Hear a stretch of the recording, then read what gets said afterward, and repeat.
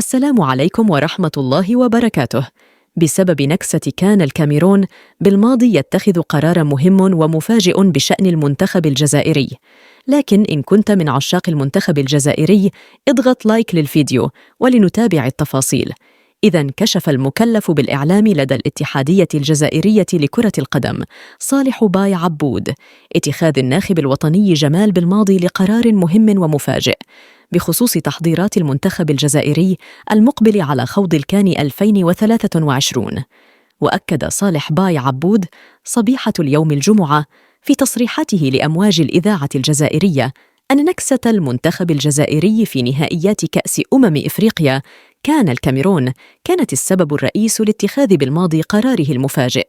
وطلب المدرب الوطني بالماضي تغيير توقيت انطلاق المباراة الودية بين كتيبة الخضر ومنتخب بوروندي المقررة يوم 9 من شهر يناير الحالي.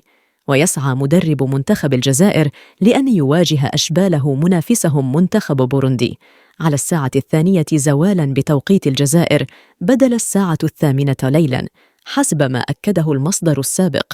ويريد جمال بالماضي الوقوف على كيفية تعامل لاعبيه مع تغير المناخ الذي تتميز به دولة كوت ديفوار في فصل الشتاء الحالي، وبالنظر أيضاً إلى الإمكانات الكبيرة التي يملكها منتخب بوروندي. ويخطط مدرب كتيبة محاربي الصحراء لوضع رفاق القائد رياض محرز في ظروف مشابهة لظروف مباراتهم الثانية التي سيواجهون فيها منتخب بوركينا فاسو لحساب الجولة الثانية من دور المجموعات لكان 2023. وقال المكلف بالإعلام لدى هيئة الفاف إن بالماضي استخلص الدروس والعبر من الإقصاء المر من نهائيات كأس إفريقيا الماضية بالكاميرون، ويحرص على عدم الوقوع في الأخطاء ذاتها مجدداً.